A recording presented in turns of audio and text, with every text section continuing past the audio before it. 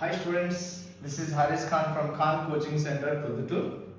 Okay, ఎవరైతే JEE mains exam ఈ మంత్లో రాస్తారండి వాళ్ళకి all the best for the exam, బాగా రాయాలి అందరూ అని కోరుకుంటున్నాము.